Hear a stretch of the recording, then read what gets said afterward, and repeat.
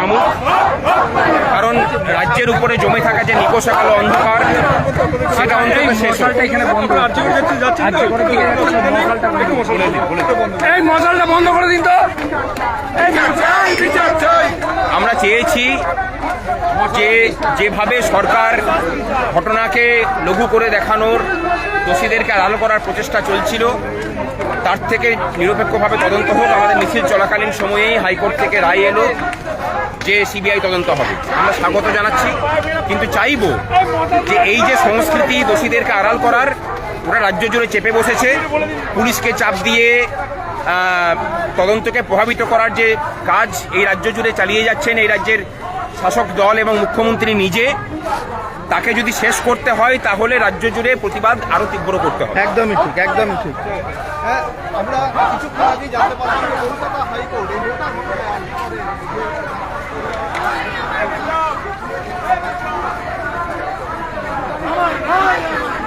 স্বাগত জানাচ্ছি, সংগ্রামী যৌথ মঞ্চের পক্ষ থেকে স্বাগত জানাচ্ছি এই কারণের জন্য যে বিগত কয়েকটা দিন ধরে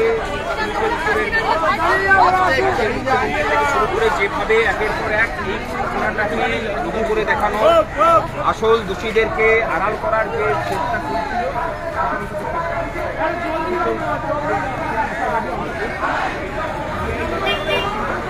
বিচার চাই।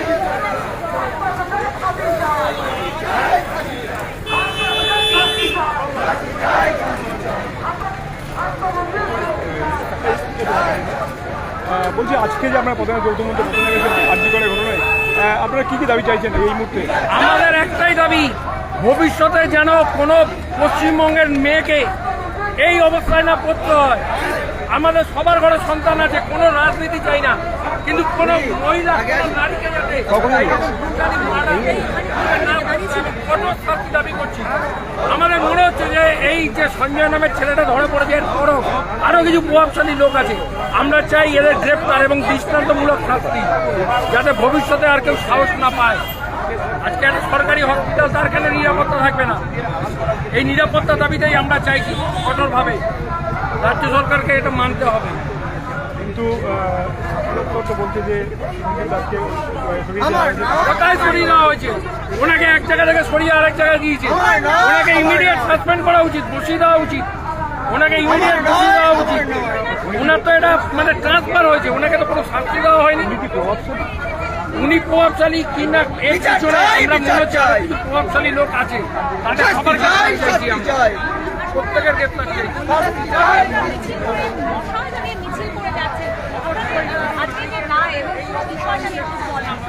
প্রথমত হচ্ছে হাইকোর্ট যে রায় দিয়েছেন আমরা স্বাগত জানাচ্ছি। অনেকে বলছেন যে মশাল নিয়ে কেন করছেন? মোমবাতির আলো ধরিয়ে বাঙালির বিরক্তকে শেষ করার যে ঐতিহাসিক চেষ্টা হয়েছে, এটা অন্তত শেষ হোক। বাঙালির হাতে মশাল জ্বলে উঠুক। পশ্চিমবঙ্গের মানুষের বুকে যে চেপে বসা অন্ধকার, সেই অন্ধকার অন্তত বাঙালির হাতের মশালের দাউদাও আগুনে মানে কেটে যাক, আলো ফিরে আসুক, বাঙালির জীবনে আলো ফিরে আসুক, এটাই চাই। হ্যাঁ, অবশ্যই সন্তুষ্ট, কিন্তু সন্তুষ্টটা মানে আমরা এখন নিজের নাম বলতে এর আগে আমরা দেখেছি যে সিবিআই এর বহু তদন্ত মাঝপথে, এক্ষেত্রে অন্তত চাইব সিবিআই এ করে দিই সঠিকভাবে তদন্ত করে কোনো রাজনীতির প্রভাব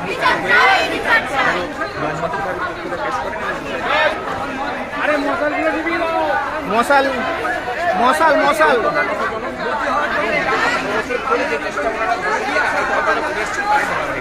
এর বাইরে কিছু মুখ্যমন্ত্রী যেটা বলেছেন ওই 13 বছরের ধারাবাহিকতায় উনি মেনটেন করছেন। আর চেষ্টা করব যে তাদের সাথে কথা বলে এই বিষয়ে আমরা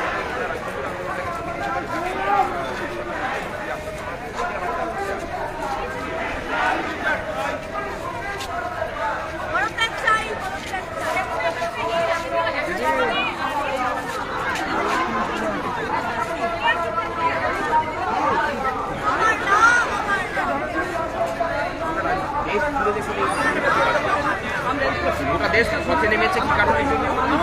না, রাজ্য সরকার যেভাবে দোষীদেরকে আড়াল করার চেষ্টা করছে, দিল্লিতে বলুন, বেঙ্গালুরুতে বলুন, চেন্নাই বলুন, ডাক্তাররা বলেছে,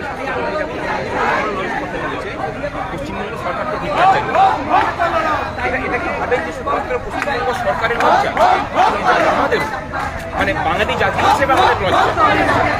এই লজ্জা থেকে এই রাজ্যটাকে বের করার এবার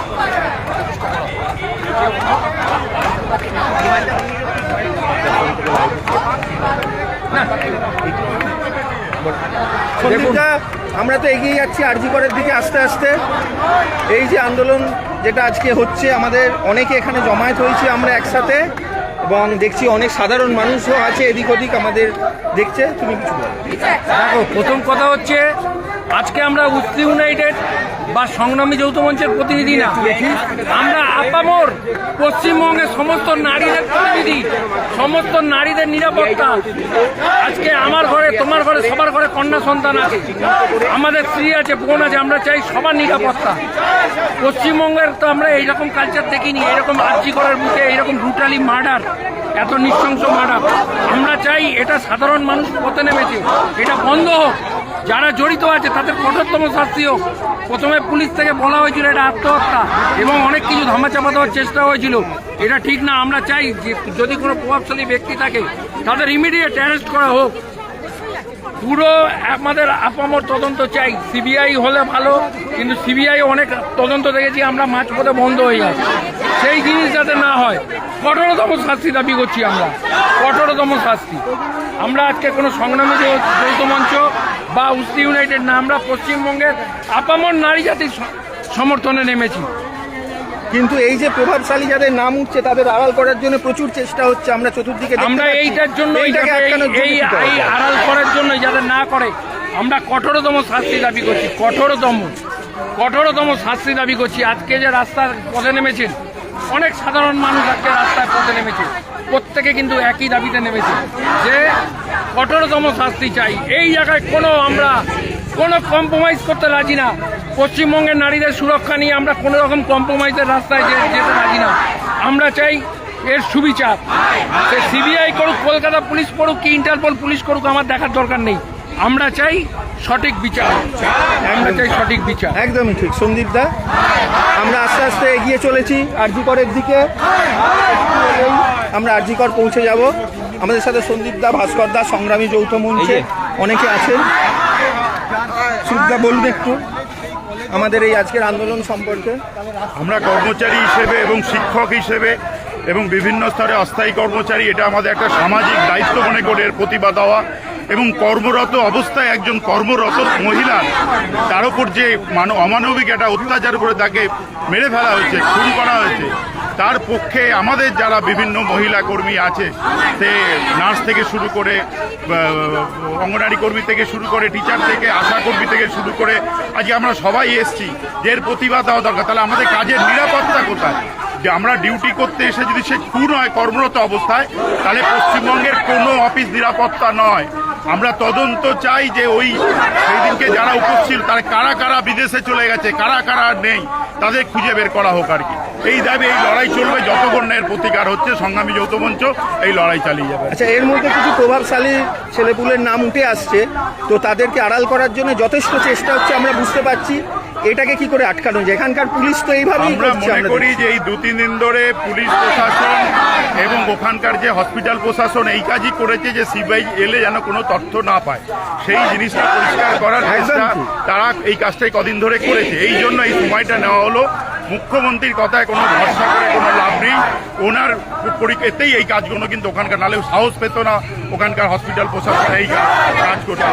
ঠিক সিবিআইকে আমরা চাই যে দ্রুত তদন্ত করে বের করা, নির্ভয়া কাণ্ডের মতো দ্রুত তদন্ত করে কিন্তু অনেকগুলো দিন, প্রায় 5-6 দিন কেটে গেছে, এর মধ্যে সিবিআই এত তথ্য লোপাট প্রচুর হয়ে গেছে। তো এই মুহূর্তে সিবিআই এর প্রচন্ড চাপ এই জায়গা থেকে এটাকে ক্যারি ফরওয়ার্ড করা। তো তারপরেও অপরাধী কিছু না কিছু তথ্য রেখে দেয়, এটা অপরাধের নিয়মেই বলে আর কি।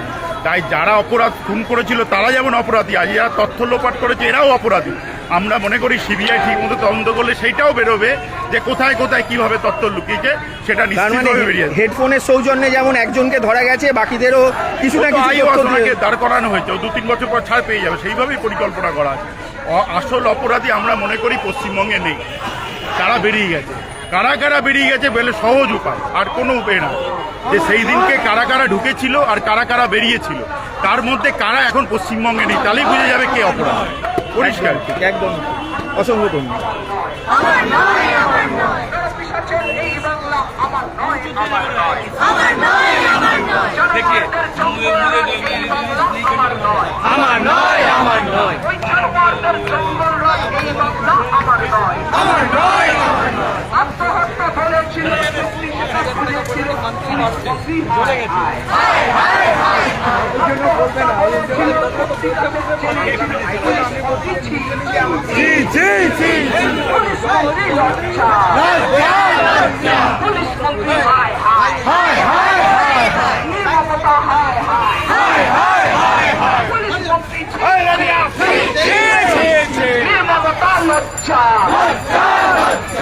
নির্মমতা হায় হায় হায় হায় হায় হায় নির্মমতা ধিক্কার নির্মমতা